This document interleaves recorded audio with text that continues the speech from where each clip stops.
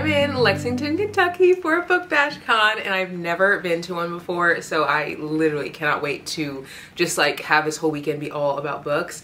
This is actually my birthday gift, and I think I shared with you guys in a previous video that I hadn't actually talked about what my birthday gift was, and this is it. There's also like a little special little moment that I'm gonna have with Kennedy Ryan that Brady set up, which you guys know he is the king of gift giving, like the actual king of gift giving. He like gives the best gifts, and one of the gifts that he has is not only this book con, which honestly, like, tickets for this stuff is just, they're outrageous, but they bring in so many authors, so you get to like meet them, have meet and greet.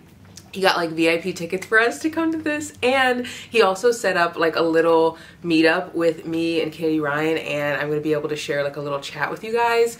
I have like a bunch of questions that I have just like literally been dying to know myself, and just like wanting to, I don't know, hear her feedback and thoughts on different things. So I'm really excited to talk to her, and it's just gonna be like a super fun weekend. So I did bring a ton of books. I brought some books that I want to have signed, and then some books that I just genuinely want to read. I brought all of these. Granted, will I read these? No, I will not read all of these, but I'm also the queen of bringing all books that I will not end up finishing.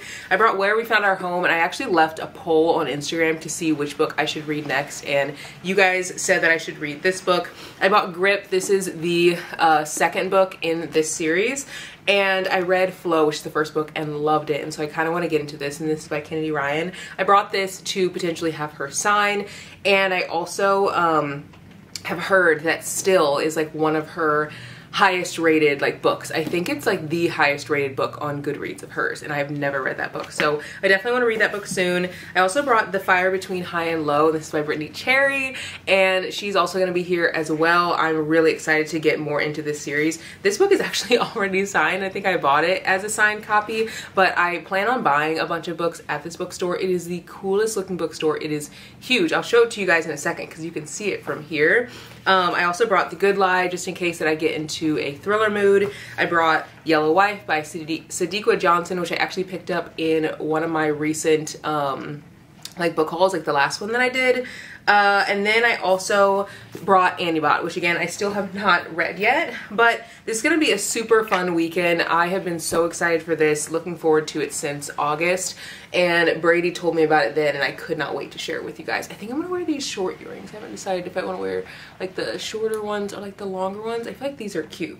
So yeah, we're gonna be spending the whole weekend just listening to authors, hearing their thoughts. There's like a whole schedule. Today I think is the VIP day, and then tomorrow is like general admission, so we'll get like a little taste of everything before everybody else gets a taste of all of the authors. But let me show you guys the like bookstore. Oh, this is Angel Share by Killian, by the way, one of my favorite fragrances. It is definitely pricey, but I've had it for a long time because you don't have to use much. Honestly, I used a lot just now. Like, I didn't really need to use that much, but it smells so good. I can't help it sometimes. Let me show you guys the bookstore and give you guys a tour of our room because it's so cute and cozy. Brady did such a great job because literally out the window you can see that is the bookstore. It's like right there, and it is a huge bookstore. I know it's not really like focusing very much, but it starts like all the way over here, and then there's a coffee shop right here. Down here there's a restaurant, and then it goes all through over there and all the way like wraps around. It is huge, and this is again in Lexington. Obviously gotten comfortable in here, but this is like how it looks when you first walk in. Very cozy. We have like a little coffee area over there, chair, TV, and then you walk into the bedroom. He's in the bathroom. Once you walk into the bedroom, there are 2 beds. The rooms were pretty booked, so he said that he was able to get like this last room, but he wasn't able to get like a king bed, which is fine because I actually like to have a bed to sleep on and then a bed that's like clean. I don't know if anyone else is like that, but I just am like that. So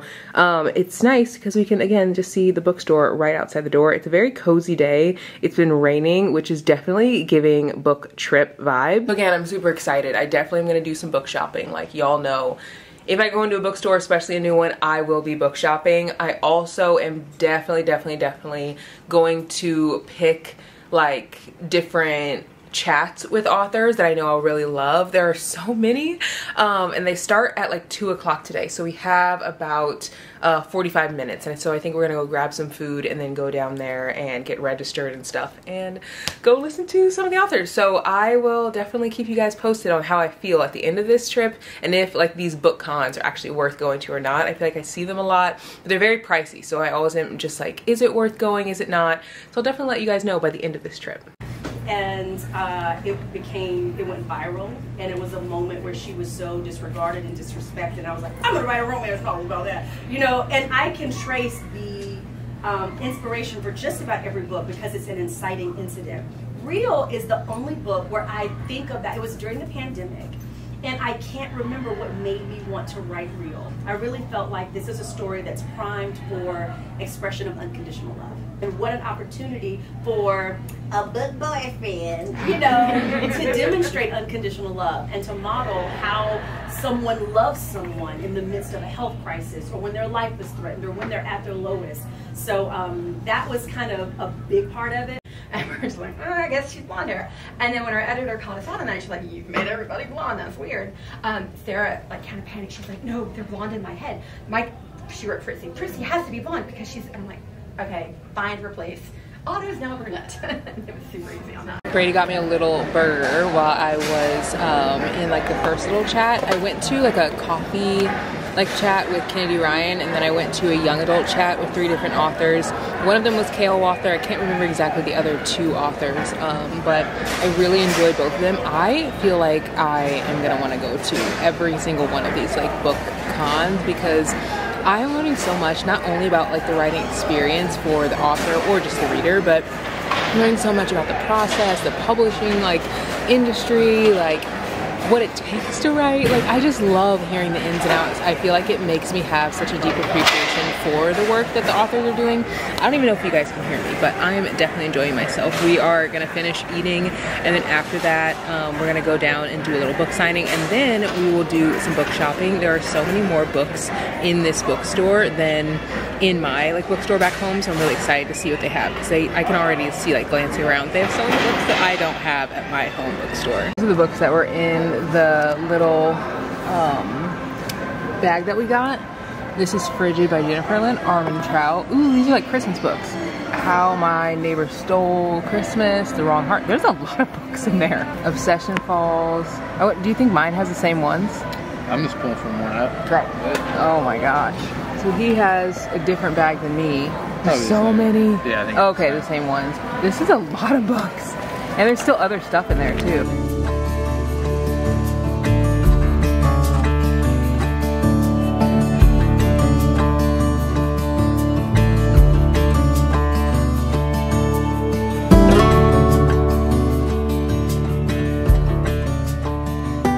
Seeing so many books that I've never ever seen before, and I guess that just goes to show that every bookstore has like different books. Like this book, 13 Candles by Sienna Judd. Never seen this book, never heard of it, nothing. Also, this book right here, let's see if I can pull it out. The Scandalous Ladies of London and White Lies by Lisa Renee Jones. Like I love going to bookstores where I can find books by authors that I like haven't read from before and just like get outside of what I normally read and like really find new authors. I feel like sometimes I forget that Barnes is like limited-ish into like what they choose, but this isn't obviously Barnes. There's just so many different types of books that are here. Like I never see these, and maybe some of you guys have seen these in your bookstores before, but literally so many of these are new to me, which is really cool. It's making me want to bring all these home, even though we're literally not even here to book shop. We just like finished doing the book signing. We might go back down there, but I wanted to come up here and look and see what they had, and there's so many books that I like have never seen before, and now I literally want to bring all of them home, and this is only in the romance section. I haven't even looked anywhere else yet. I literally picked up this book just so randomly, and it's by a bunch of Black authors, and it's like a bunch of short romance stories, which is so cute. And I just love finding more stories by Black authors that I haven't heard of before, especially when they're in bookstores. They do have an urban romance section, but I find that a lot of these sections in bookstores are not like updated with newer books. A lot of them have books that are like older, and I don't know, I just wish that they were updated a little bit better than they usually are. I do think that this book looks like pretty promising. I like the cover of it. And then, ooh, these are really tight in here. And then this book right here, Promises Kept. I like finding, again, authors that I haven't heard of before. But I do feel like these areas in bookstores usually just aren't as updated as I would like, and they're not really as enticing as the other areas like that are displayed. The cover of this one is so cute. It's literally giving fall. I love how it's giving Gilmore Girls vibes. I feel like I want to bring this one home.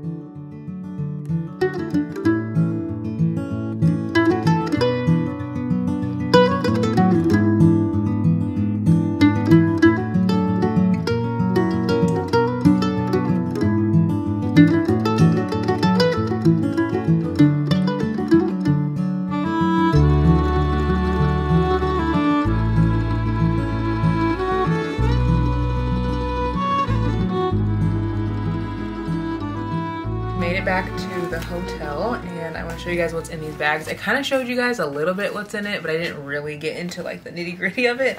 And these bags are heavy, like super heavy.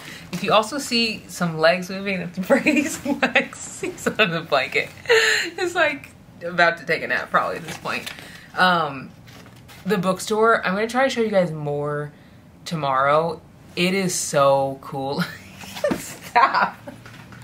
It is so cool looking. Like, it is multiple stories, well, 2 stories, but it just has like lots of different rooms. It is really cool. There's this huge map for the whole bookstore. I've never heard of this bookstore before, but if you're looking for a bookstore that kind of gives, like, I wouldn't say Powell's books, because Powell's is obviously like just a totally different level, but this is huge, and it's also connected to the hotel. So like, we just walked out and like walked across to the bookstore, and there's like a little pathway to get there. So it was really easy to get there. This would be a nice like little bookish retreat if you were looking for a place to do something like that. But let's go through this together. I don't even know what's in here. Ooh, I used to read Cosmo magazine like religiously, like every single magazine that came out. And I think they actually have an editor from Cosmo that's gonna be on one of the panels, or like is gonna be moderating one of the panels. I haven't really captured a ton of the chats, and I feel like I'll capture more of that tomorrow, just because this is my first day and I've just like really been soaking it in. I've never been to like a bookish like conference like this ever, so it's been really exciting to go to everything, and I just want to like listen and be like really present. So I definitely am going to share probably more of the chats tomorrow. I think I'm going to maybe 3, I think. And then I also got some books in here. I got one book that is actually an arc that I have like been highly anticipating, and then I also got 4 other arcs from authors that I also enjoy. Oh no, you bent the book. Oh my gosh, no, I didn't realize that one was bent. I'll show you guys these in a second, but I want to show you guys what else is in here first. We got, what is this? This is, oh, is this a poster? Oh, this is cute. It says Book Bash Lexington, and it has the date and everything on it from this weekend. That is really cute. I used to keep like memorabilia like this, and I would put it onto little like scrapbooks and stuff. I have not done that in a long time, but that literally inspired me to be like, maybe I should keep something like that and keep a lot of my bookish events or like bookish trips I go on with friends and keep like the stuff from it. Also got this little mug. It says climb every mountain man. I did not see that coming. And this is just like something nice for like a coffee or whatever. And then, oh my gosh, they stuffed this bag. They also gave us this little thing for bourbon tasting that they have. We actually checked because we were gonna go and do it, but it's completely like full. I don't know, like, yeah, I think it's completely full. I'm gonna double check, but I went to go register and it said out of stock, so I'm assuming that there's no more like available spots. And then I also have more stuff in here. They have a mask in here, and then they have some stickers, and then they have a whole schedule and itinerary with all the participating authors. It's starting to get so dark. I'm gonna try to get like a little bit closer so I just doesn't get like too dark because the sun is going down out there. But they have so many authors. They have AJ Pine, Beth Revis, Brittany Cherry, Claire Legrand, Jean O'Reilly, Jennifer Hartman. It says she's on here, but I don't think that she's actually here. A lot of people actually struggled to get here because I think that the hurricane in Florida, like some people were crossing like paths from like that area and like really struggled with the airlines. And there were a few authors that said that they would be able to get here tomorrow, but they were supposed to get here today and didn't like make it. And Kate Dramis, Katie Robert, Kale Walther, Kristen Catt, Kennedy Ryan, Laura Thalassa, Leah Stone, Lily Chu, Megan Quinn, Molly Harper, Penny Reed, Rebecca Jenshak, Rebecca F. Kinney, Sarah Raish, and Sarah Morgenthaler, Sav R. Miller, and Sophie Lark. And then tomorrow there's going to be even more authors that aren't on that list. That was just for today.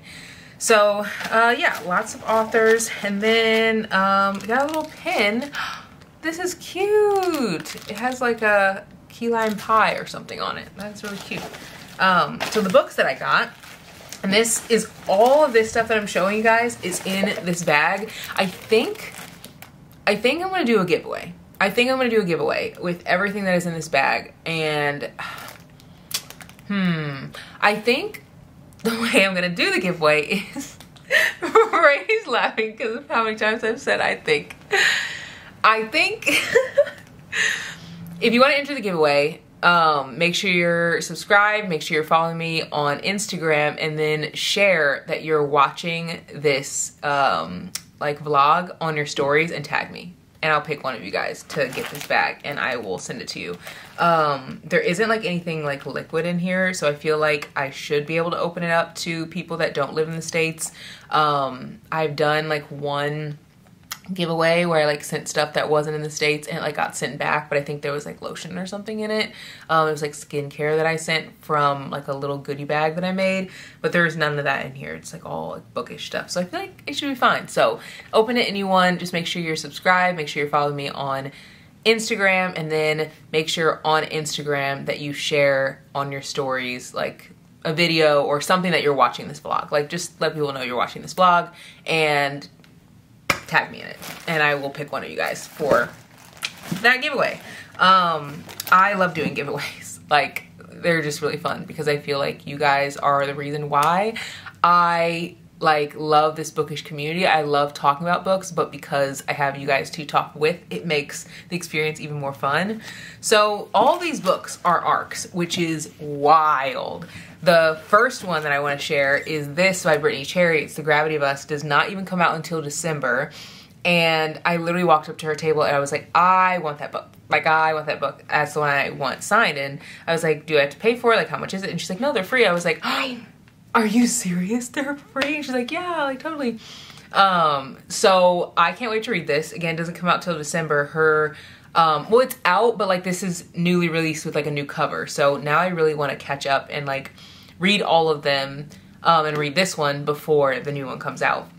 This says, they say some people aren't meant to be together, that Graham and I were too different to ever make sense. I was driven by emotion. He kept his walls high. I dreamed of a brighter future. He passed his days in nightmares. Despite all that, we sometimes shared seconds. Seconds when our eyes locked and we saw each other's secrets. Seconds when his lips tasted my fears and I breathed in his pain. Seconds when we both imagined what it would be like to love one another. But Graham Russell wasn't a man who knew how to love, and I wasn't a woman who knew how to stay. Yet if I had the chance to fall again, I'd fall with him forever, even if we were always destined to crash against solid ground. That looks so good. And her books, like, I read them so fast. Like, this is a little under 300 pages, so I'm just like super excited for this one. Also got an ARC from Claire Kingsley. I've never read anything from this author. It says he'll risk it all to protect her, and it says each day with her is brighter than before. Each day with him finally feels like home.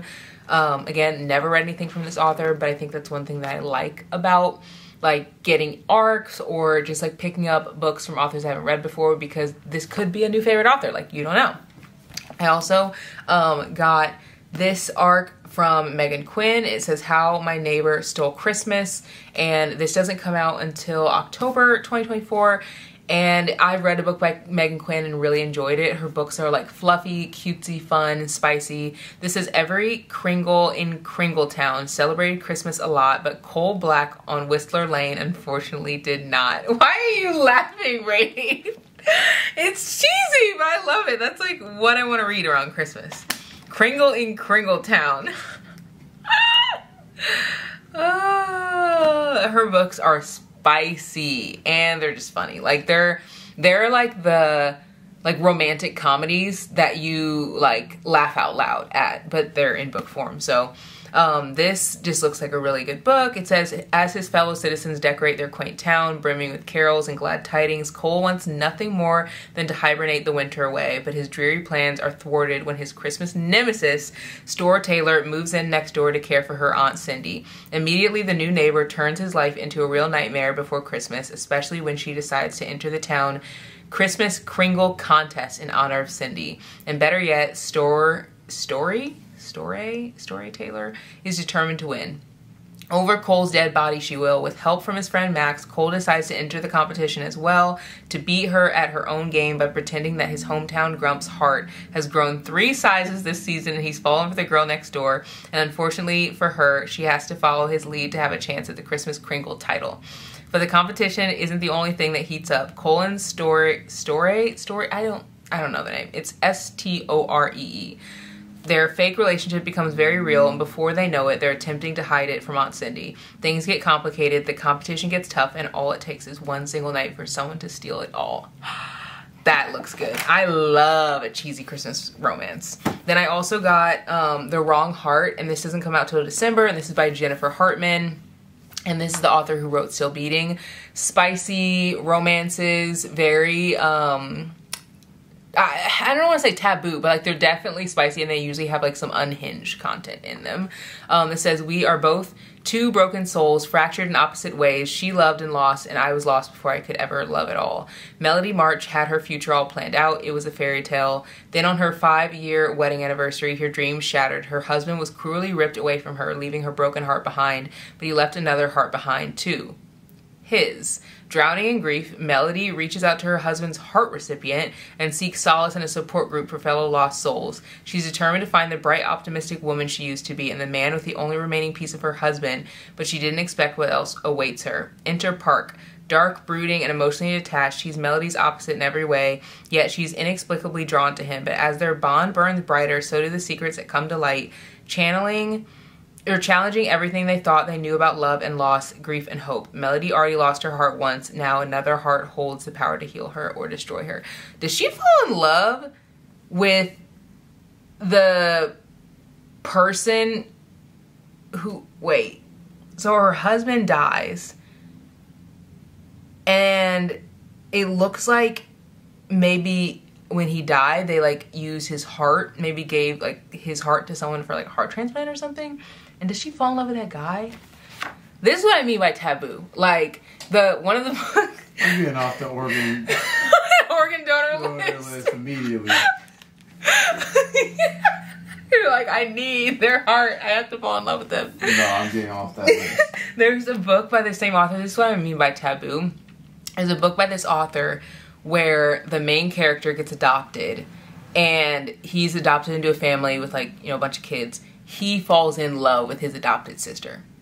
Like, why couldn't you just make this boy fall in love with just like a regular girl? Why does it have to be his adopted sister? So that's what I mean by taboo. Like, I feel like this author's books always are kind of like a little different. But I'm excited to read it because, again, I feel like if you get kind of bored of the same tropes, like same romance tropes, they're kind of nice to read to get you out of like, you don't really know what's going to happen. And then Frigid by Jennifer L. Armentrout doesn't come out till November. And I'm really excited for this one. I read, I think it's called Wait For You by this author and really loved it. And this is like a Christmassy book. It says, no one could replace me in his life. I knew that. I was the friend who knew everything about him and whom he trusted above everything else. For 21-year-old Sydney Bell, being in love with Kyler isn't anything new. They've been best friends ever since he pushed her down on the playground and she made him eat a mud pie. Somewhere over the years, she fell for him and fell hard. The problem, he's never stayed with a girl for longer than a few nights, and with it being their last year of college, Sydney won't risk their friendship by declaring her feelings. Meanwhile, Kyler has always put Sydney on a pedestal too high to reach. To him, she's everything, but he's hidden away his feelings, drowning them in other girls instead. After all, Kyler will always be the poor boy from the wrong side of the tracks, and Sid will always be the best thing he can never have. But when they're stranded together at a posh ski resort after a massive snowstorm, there's nothing stopping their red-hot feelings from finally coming to the surface. Can their friendship survive the attraction? Better yet, can they survive it at all?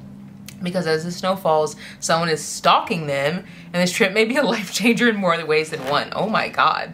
That's crazy. And I've read 2 books by this author, but one of them was called The Problem with Forever, and I didn't really like that one. It was because the main character, like, struggled to speak. Like, she had some, like, trauma that happened in her life, so she, like, didn't really speak, which meant there was, like, no dialogue. Like, she wasn't talking at all. So, like, that book was, like, okay, but Wait For You, I think it's called Wait For You. I really, really liked that one. So, this will be the tiebreaker to see if I, like, how I feel about this author's writing. But whoever gets this bag will get all of these books except for The Gravity of Us. I got this off the table, but you will get all of these right here.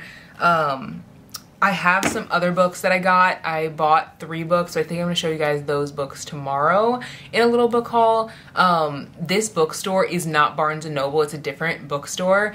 And what's nice is they have so many indie books in there. Like, I saw so many books that do not have, like, they don't have publishers. Like, you can tell that these people really curated their bookshelves nicely. And so a lot of the books that I bought are books that you wouldn't see in, like, Barnes, and, like, I haven't heard of anywhere. So I'm really excited about that, and that makes book shopping even more fun for me. So we're gonna just hang out for the rest of the night. So I'll probably pick up the camera tomorrow whenever we go to one of our, like, other little events.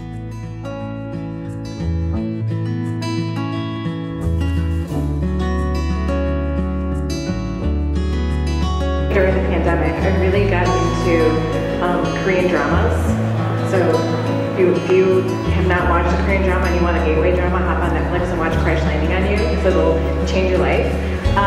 And that was one of those things where I learned that you could have, like, a trope suit.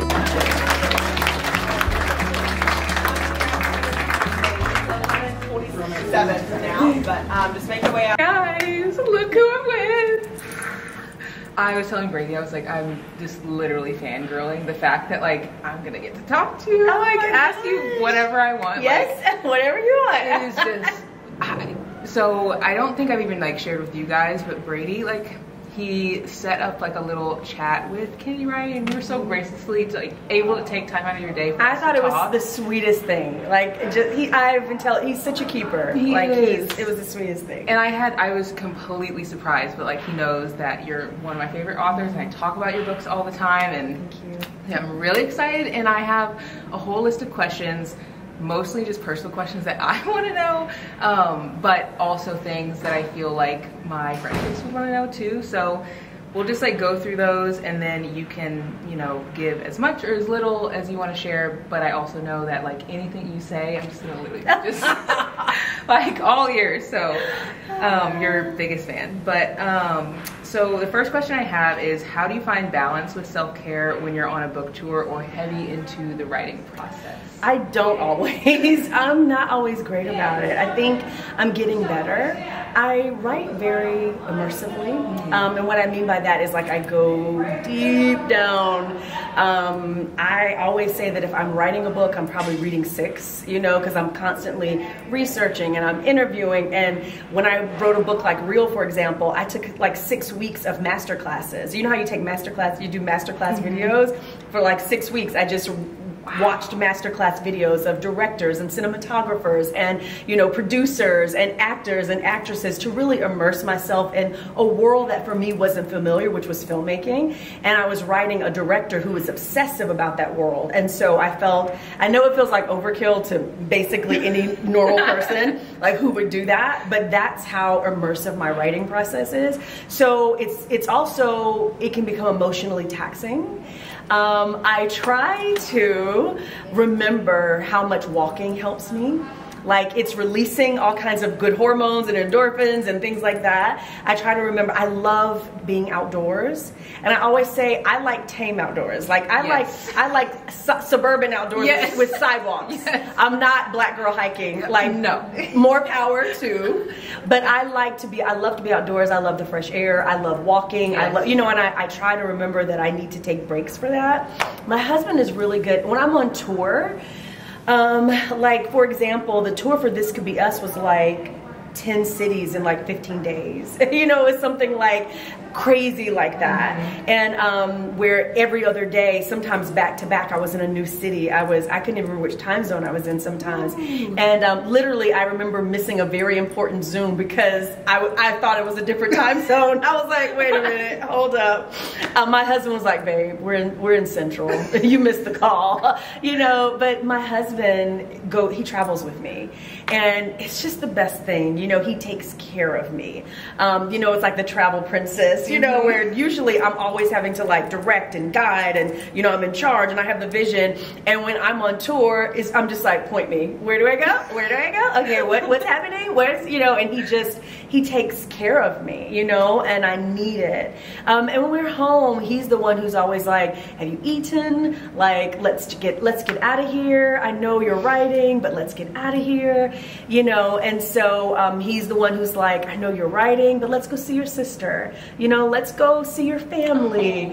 And so he helps me, he reminds me that there's something other than this fictional world that I'm consumed by. Most of my books take like 6 to 7 months to write. Wow. So for that long, from research phase to like we're all done, that's kind of like the range.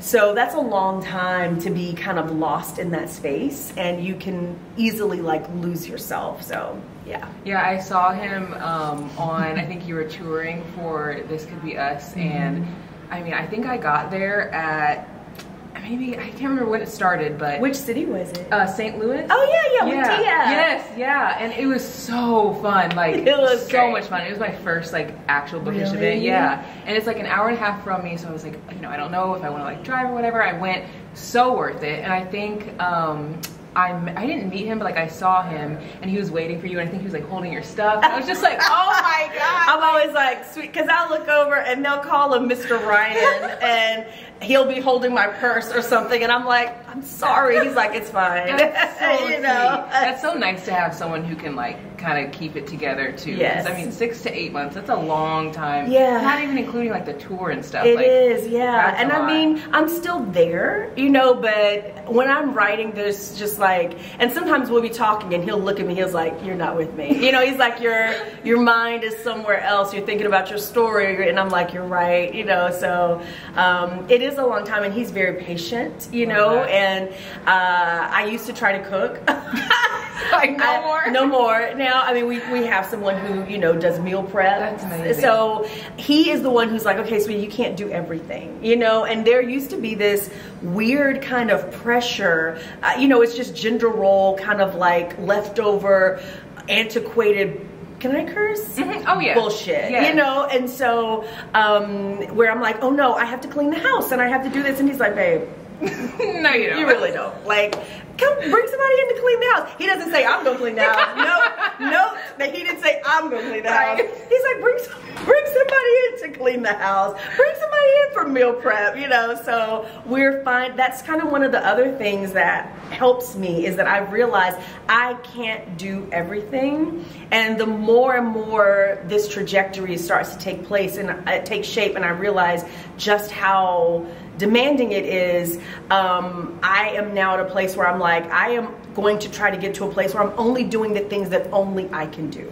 If there's something that someone else could do, I'm gonna see if that someone else can do it. Whether it's cooking, whether it's cleaning, whether it's whatever.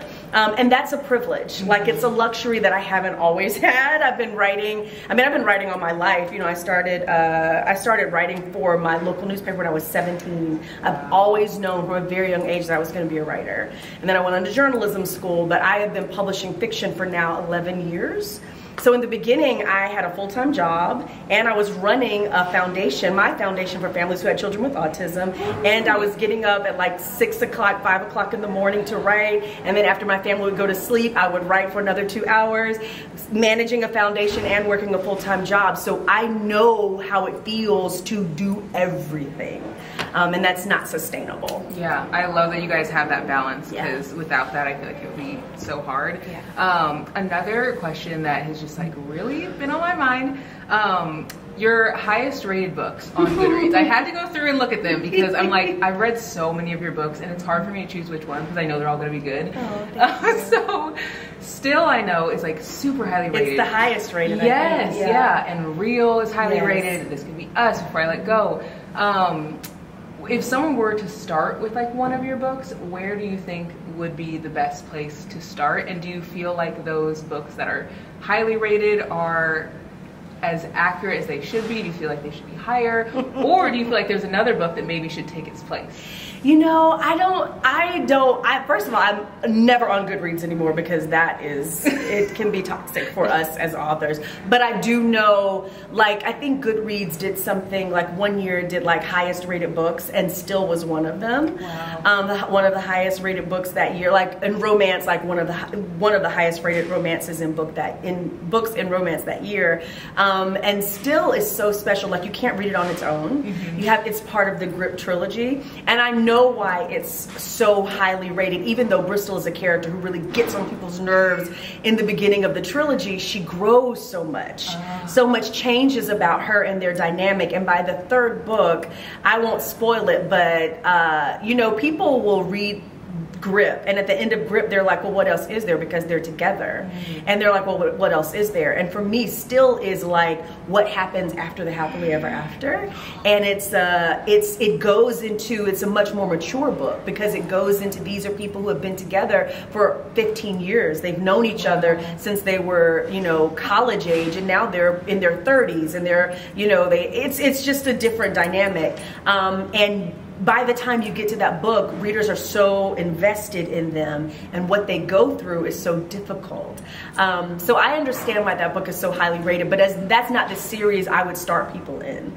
The Grip series is not the series even though it's still is my highest rated book, I wouldn't start people there. I would probably start people with Before I Let Go. And the reason I say that is because I feel like there are books that I wrote 10 years ago that I understand they're great, but they don't always reflect my understanding now of what of where I am now as a writer. When people always ask me, like, what's your advice for writers? And I don't have a lot of advice for writers that I think everybody's figuring out for themselves. The thing that I always say is figure out your why. And when I first started writing, like, I knew I was a good writer because I had been doing it all my life. You know, I've been doing it all my life. So if this is my job. If I'm not a good writer, what in the world?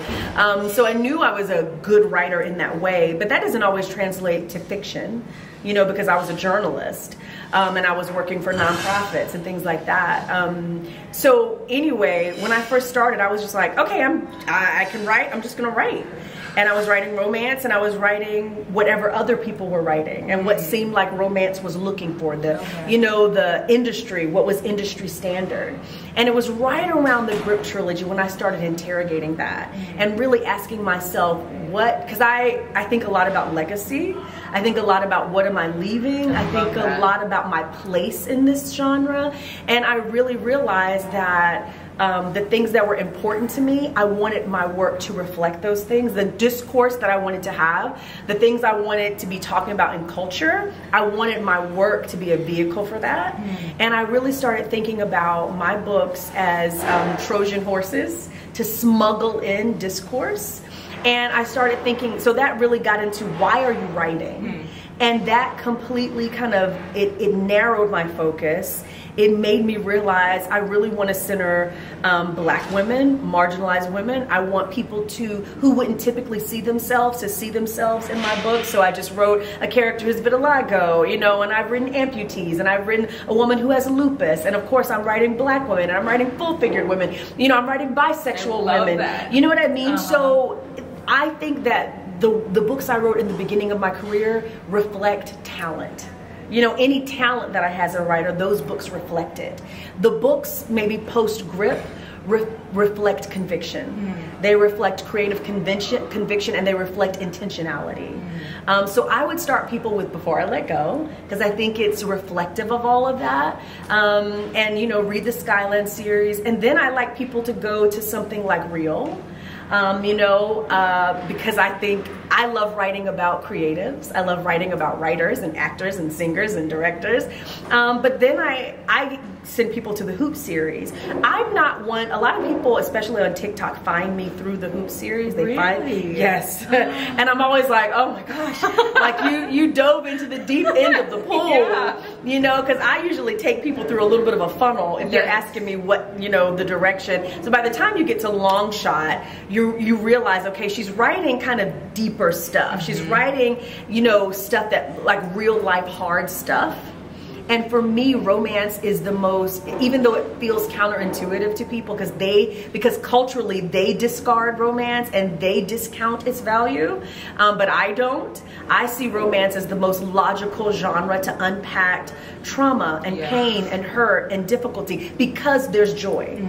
It's a safe space to explore those issues in an informed way that's trauma informed, but then also trauma responsive and allows for healing and lays out a track for healing. So, and I think Before I Let Go of all of them, like, encompasses all of that. You have such a powerful voice. Like, I know I already said it, like, as we were walking over, I was like, I could just listen to anything you say, but like, your voice is so powerful. Like, every time you say something, I want to be like, yes, yes. I'm like, I can't clap for everything, but just know, as I'm nodding my head, I'm trying so hard not to be like, yes, yes. Oh, like, you're so sweet. You just have such a powerful voice, and everything that you're saying, I feel like is so important. I love reading stories where not only I'm getting a great romance, but also like I'm getting a deeper story where I can, like, you know, share it with someone, and if I know they're going through something specifically in that book, I'm like, okay, this has a happy ending, but you can also feel very seen in this story. So yeah, you hit the nail on the there's head. times when you just want to completely escape. Like, you just want to pick up a book and giggle. Yes. You know, and I'm always like, if you want to pick up and giggle, it's not a Kennedy Ryan book. Like, it's not going to be a Kennedy, there will be giggling, but no sustained giggles. Yes. You know, so there's times when I want that too. Just like, just let me, you know, but that's not what I usually write. And I feel like you write books that are so true to life too, because they're really, at least for me, I've never really had a moment in life where it's all just giggles. You know, there's like the giggling, and there's the hardship, and then it's like and spice. Yes, and the spice. Punctuated with spice. Right, yeah, it's like a good balance, and I feel like you just do that so well. I have 10 questions here. I feel like there is no way I'm going to get through all these, so I'm going to try to pick. You choose the ones. Most, and like, I'm long-winded, so. No, I love it though. Like, because as you're saying something, I'm thinking of something else, so it all like works out really well. So I think that, okay, this is one question that was like really important for me to ask, so I want to make sure I ask it first. But I read a lot of books by tons of different types of authors. I pretty much share Black authors for the most part on Instagram, TikTok, YouTube. Like, that is really like my focus. And for me, I like sharing those stories because, one, I feel like they're not getting enough of the support that they should, and they're incredible stories, so they should be like front of mind for everyone. But for you, as an author who I've seen in a lot of your work, you share a lot of Black love stories, Black joy, Black resilience. Why is that so important for you to like specifically focus on those types of stories? First of all, thank you, you know, for amplifying our stories. I was telling you the other day, when I see Black influencers and Black creators who, when I look on their page, I see no support for Black and brown authors, and I see no post. They're not reading Black and brown authors at all. I make sure I'm not following them. And every time their videos come across my timeline, I click not interested, because I'm not interested in people who can't support people who look like them. Because I read everybody. Like, I read white folks, I read brown folks, I read MM, I read queer, like I read all over the place. And but I am very strategic with my platform, my voice, to make sure that I'm amplifying Black and brown authors as much as I can, indie authors as much as I can, which I think some of the most vital storytelling that's happening in romance, specifically that centers Black and brown people, is happening in indie romance. And I think that's because of how white gate-kept traditional publishing often is, and our stories just don't quite make it as much. I'm very fortunate that I'm a hybrid author. That means I self-publish, and then I'm also traditionally published. For me, it's so important. For one, I have interracial stories. I have stories that are Black love, which is both interests, both love interests are Black. For me, I always talk about Black romance as an act of resistance. I mean, obviously there's joy. It's amazing. But ever since we got here, and this is me going on a rant. No, I love it. Keep going. I'm just sitting here. Ever since we made it to we're forced to these shores, this system has been trying to dismantle the Black family. It's been trying to dismantle all of our family units, whatever those look like. And now that's interracial, that's, you know, two Black couples, but there is something about Black women being loved. There's something about us not being the traditional Eurocentric standard of beauty that I resist, and my stories resist, and my stories hold us up as gorgeous, we're attractive, we're powerful, but we're also vulnerable. Like, we're human at the same time. When I am writing a woman who is incredibly powerful, I'm always also looking for her tender spots. And the reason I do that is because historically in this country, it was codified that we were only 3/5 of a human. And as much as that may not be on the books right now, the healthcare industry still treats us like we're not, Black women, like we're not completely human. The way our bodies are objectified, the misogynoir that's in our culture, all of that is rooted in the way that we were dehumanized. And so I'm constantly looking for ways to make us fully human, make us dimensional, present our love stories, because it matters. And so I always talk about, I don't want it to be like romance is militant, but I see it as an act of resistance, and I see it as an act of joy.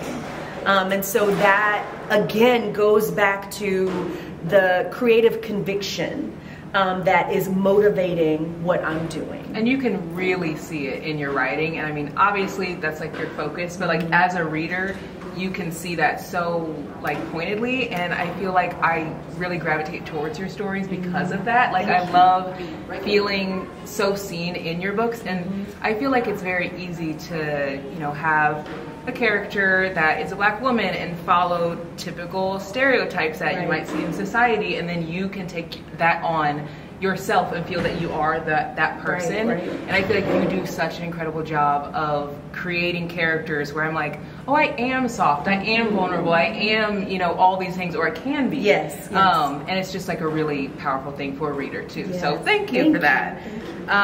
Another question, I think I only have probably time for maybe 2 more.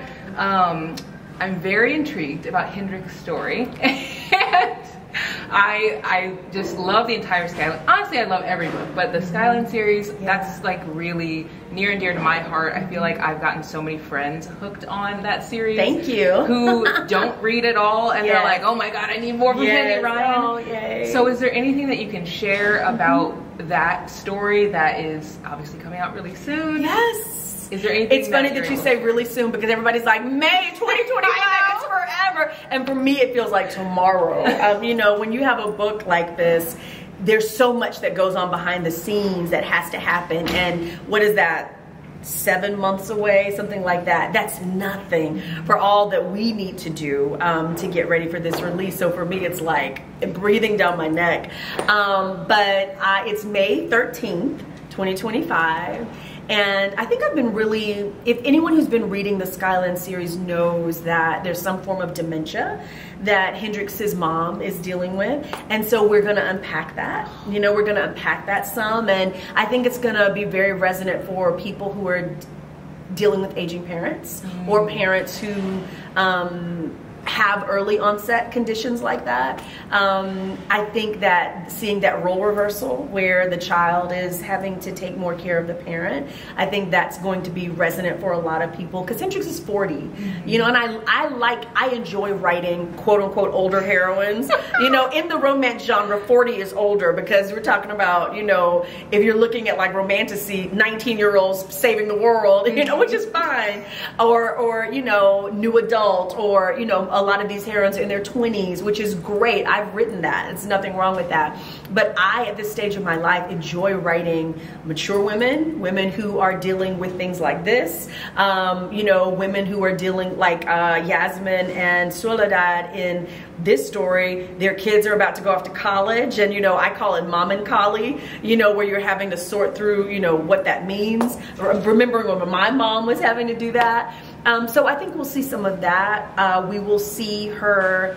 The Skyland series is set in Atlanta, and it's set in like a fictional community called Skyland, and which reflects a lot of the like communities that are what I call, well, they're called in town, which is like, here's the city of Atlanta, and there's these small kind of communities that are set up right outside. They're not the suburbs, it's something else.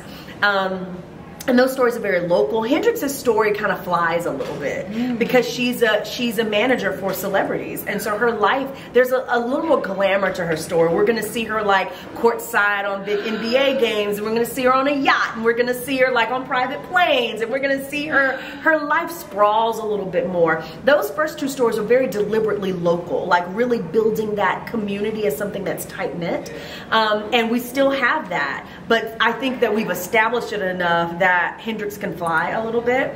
And so, and her love interest, I can't tell everything, but you can read the blurb, you know, that's already up with the pre-order. He is a tech mogul, you know, and he's a philanthropist. So of course that implies he's very wealthy.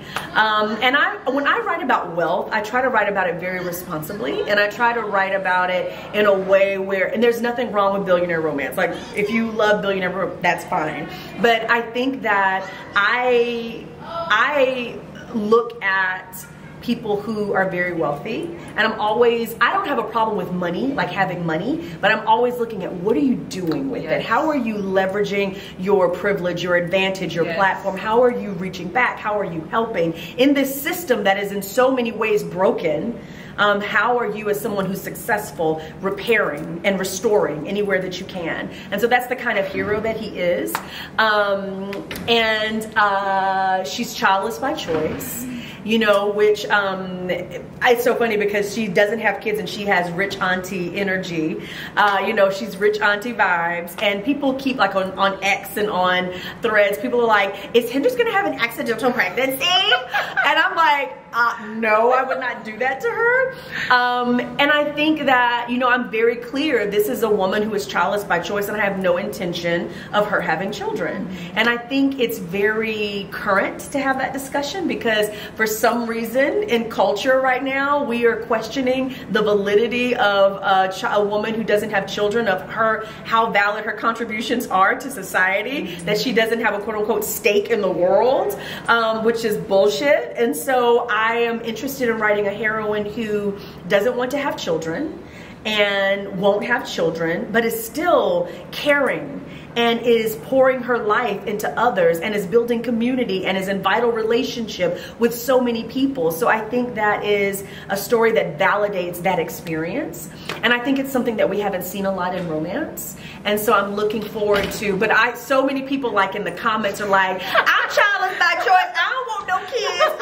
You know, they're like, Hendrix is me, I am Hendrix, you know. So I'm really looking forward to that as something that people haven't, not that it doesn't exist, but usually the happily ever after is like, oh, you know, you got the proposal and the marriage and then the epilogue, you got a baby, you know. And I think really this entire series interrogates what a happily ever after is, in the sense that when you have the first book, they start off divorced, you know, and then in the second book, and I don't want to give, for spoilers for This Could Be Us for anyone who hasn't read it, but they already have children. You know, he's got two, you know, teenage boys, and she's got a teenage daughter, and she's got 3 girls, and she's been married, and she's, you know, it's like, it kind of is like, we're gonna interrogate what you're used to seeing as a happily ever after in the context of this genre.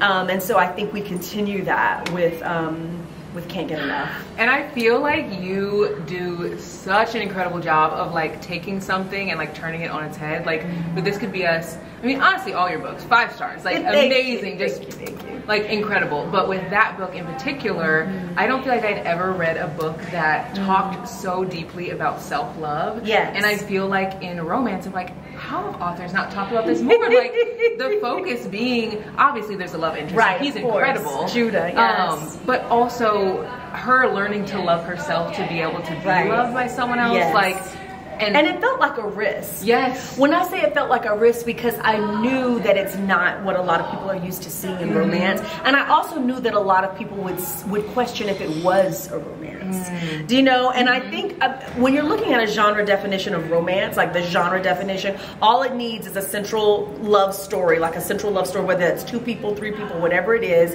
and a happily ever after. That's it. That's considered a romance. So I knew that it was a romance, but I also understood that when someone is in a romantic relationship and the 60% of the book is them dating themselves, you know, well, 60% of the book is them married to someone else and then dating themselves. It's like, okay, is this even a slow burn? Like, what is this? But I also, when I'm writing, I always have someone in mind. And when I wrote This Could Be Us, there were 2 groups of people I had in mind. One was stay-at-home moms, and writing a book that validated that as that presented that as vocationally valid. You know, that it's not just like you're cleaning, this is vocational, and this is for a lot of women calling. Yes. And that it's valid and that it is noble, you know, if that's what you want for your life. So I was thinking about stay-at-home moms and how they're often not validated that way. And then I was thinking about single women. You know, I was thinking about single women self-actualizing, self-loving, and that's where the Bell Hooks book comes in, you know, all about love. And so those were the people I was thinking about. So, your books are so intentional. Like, I could talk to you for hours. I know you have another engagement to get to, so I won't ask you anything else, but I do want to say, like, I feel like have really changed just the romance genre, and I know that you talk a lot about legacy, and your books will be the books that people pass down to their kids, that they pass down to people that they know. Like, they'll take things from them, they'll talk about them, they'll have dissertations about them. Like, your books are incredible, and I feel like not only they're sharing a beautiful love story, but there's so many deeper themes that I feel like are really changing people and how they view themselves. So thank you so much. You're the best. Thank you. Oh, this was awesome.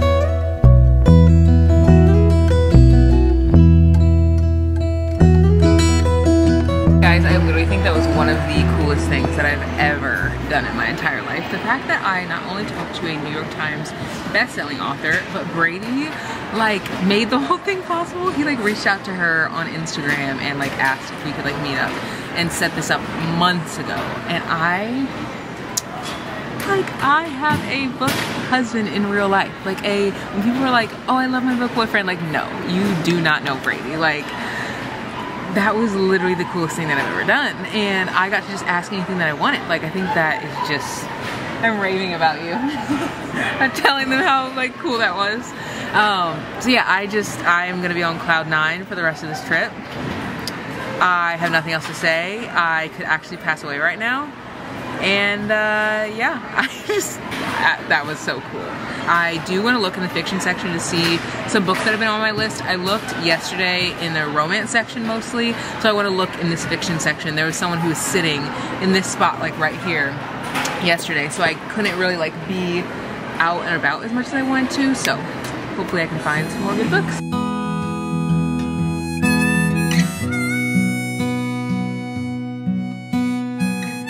What an incredible weekend. I just had the best time. Like, I cannot get over how incredible this weekend was. I got so many books, so I want to show you guys some of the books that I ended up getting.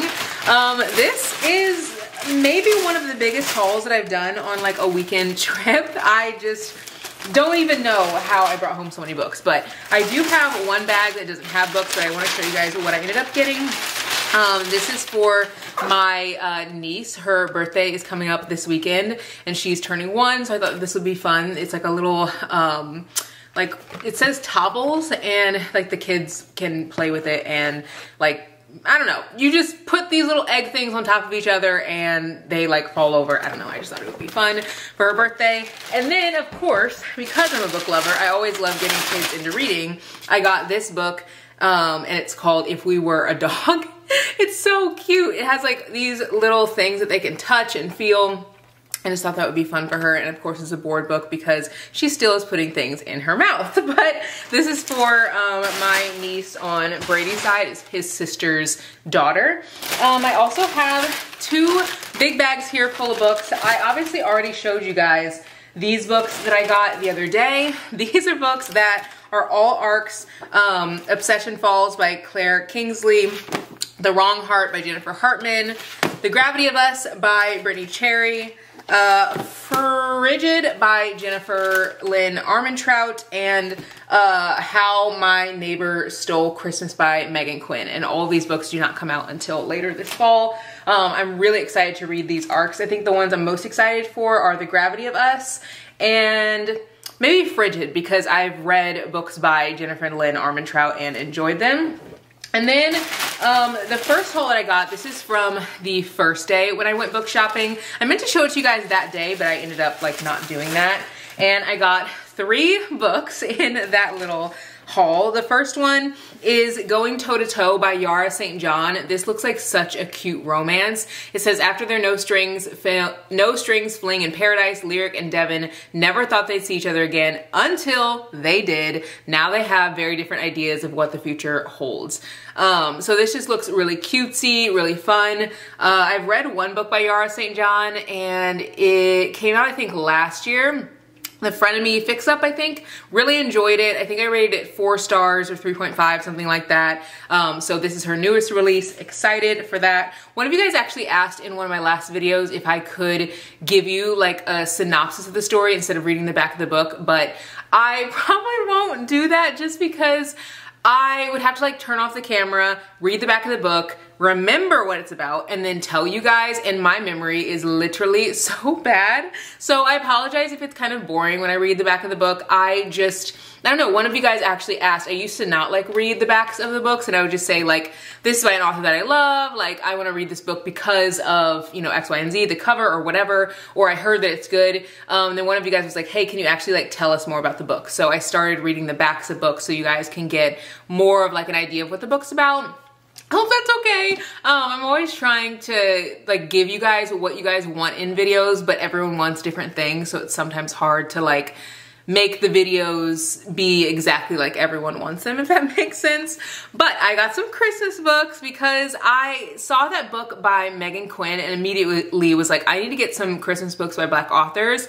I feel like there's so many out there, but they are hard to find, and I'm actually gonna do a video probably sometime in the future with Christmas books because I feel like as it gets closer to like mid-October and stuff, I just get excited for Christmas and reading like cozy Christmas books. So I picked up Christmas in Spite of You by Casey Mills. This says, a neat freak Scrooge and a Christmas-loving ball of chaos must coexist for a week, and the friction and separation that ensue make the most magical time of the year highly remarkable. And this is by an author who I think writes spicy books, I'm pretty sure. I feel like I've written or read something by Casey Mills, but I cannot think of what it is right off the bat. But this is one that I really am excited to read.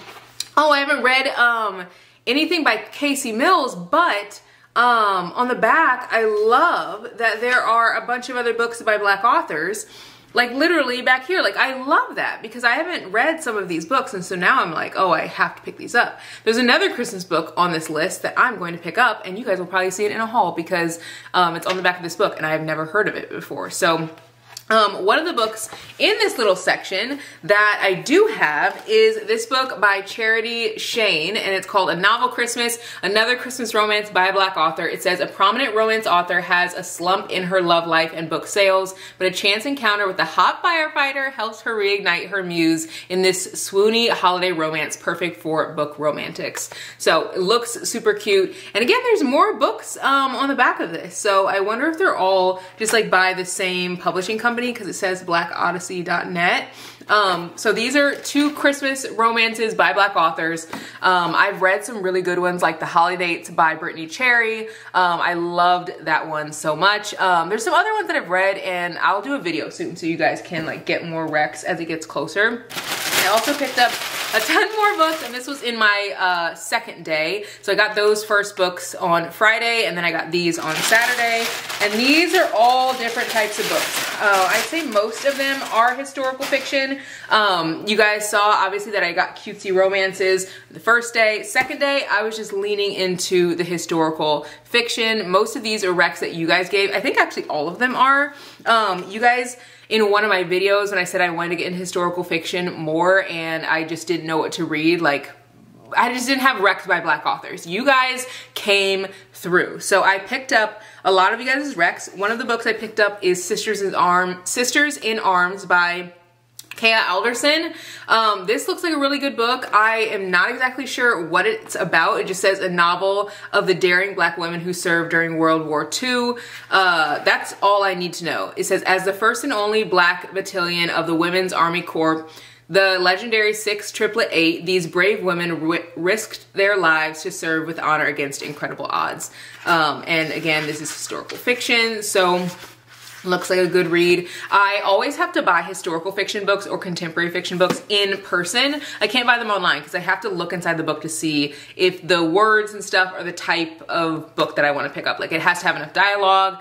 It can't look like it's going to be boring, you know what I mean? And this definitely does not. This has tons of dialogue, so I'm excited to read this one. I also picked up The Wedding People by Allison Espach. Now, I don't really know a ton about this book. I think it's about a girl who goes to a wedding and like the girl has really been struggling like mentally, and I think she goes to the wedding. I don't think she was even invited, but I think she ends up going to the wedding, and she like, I don't know, ends up like having a totally new view on life after that wedding. I'm not really sure. This is one that I've heard a lot of people talk about, which is why I kind of have a little backstory for like what the book is actually about. A lot of books that I pick up, I haven't heard anyone talk about.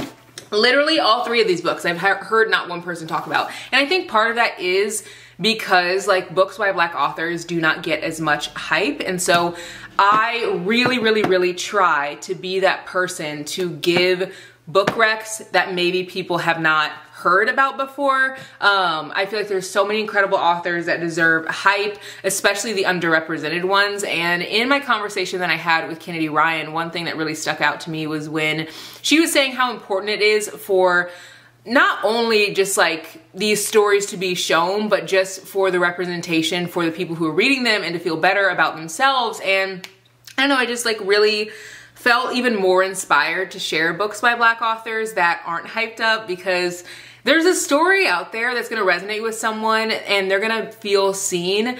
And I feel like that story maybe is just hidden and I'm the person to find it for them. So I don't know, I have heard a lot about this book. It is wild that this book was like $30, it was $28.99, so I hope that it's good because it definitely is pricey, but that's pretty typical for a hardback. I also picked up Time's Undoing. This is by another Black author, and this is a book that was raved about by S.A. Cosby. It says a searing and tender novel about a young Black journalist's search for answers in the unsolved murder of her great-grandmother in segregated Birmingham, Alabama, decades ago, inspired by the author's own family history. And it's told between then and now, between 1929 and 2019, and it's inspired by true events. So it just looks like it's going to be a good one. I definitely want to read more historical fiction by Black authors. You guys know I'm always giving those recs. And like one thing that Kennedy Ryan and I were talking about was she was saying that whenever there are like creators who are like larger, she really seeks out creators who are sharing Black stories and just like underrepresented stories. And for me, like that just made me feel so seen when she was just like, thank you for all that you do to share these stories, because I don't even talk about this like at all because I don't want to give really any like validity to it, but I get a lot of like hate from people whenever I share, like it'll be like, you know, books by Black authors on Kindle Unlimited, or books by Black authors with Spice, or books by Black authors that'll make you cry, or whatever it is. And whenever I share videos like that, I always get some kind of hate, and it's always from people who are like, oh, this is racist, or oh, that is like, you know, really silly for you to make a video like that, because you know, you shouldn't be looking for authors based on the color of their skin. You should just be looking for the author based on like who they are. But the reason why I seek out those stories is because someone who's reading a story where they see themselves in the characters can feel so validated in their life experience because of that story. And I try to share that. And that's on like all like playing fields, like any minority group. Like if you are, you know, in a minority group that you don't read about often, and they go through something that you've been through, and they speak in the way that you speak, and you know, you just have a similar life experience, you can feel very seen. But also on the flip side, if you aren't from that community and you read that story, you can feel so much more empathy and just like so much more love for that group than maybe you did before, because you understand that culture better. And I feel like I also like to read stories from other minority groups, or just other groups in general that maybe aren't hyped up as much, because I learned so much from those books, and I can share that information with other people that I know, or I can also just, I don't know, feel more connected to that community than I did before. So really excited for this one. And another book that I have is The First Ladies. This is by the same author who wrote The Personal Librarian, which you guys know I rated 4.5 out of 5 stars. This says a novel about the extraordinary partnership between First Lady Eleanor Roosevelt and the civil rights activist Mary McLeod Bethune, an unlikely friendship that changed the world, from the New York Times bestselling authors of the Good Morning America Book Club book pick, The Personal Librarian. So it just looks like it's gonna be a good story, and I loved their writing in the other book, so I had to pick up this one. So far in this video, I got 4, 7, and 8, 9, 10, 11, 12 books in this video. So wild, and I hope you guys enjoyed this video. I had the best time talking to Kendi Ryan. It was truly an honor, but it also really inspired me to read more stories by just like different diverse groups to help people be better connected with those communities and also feel very seen. So hope you guys enjoy this video, and I'll see you guys in the next one. Bye guys.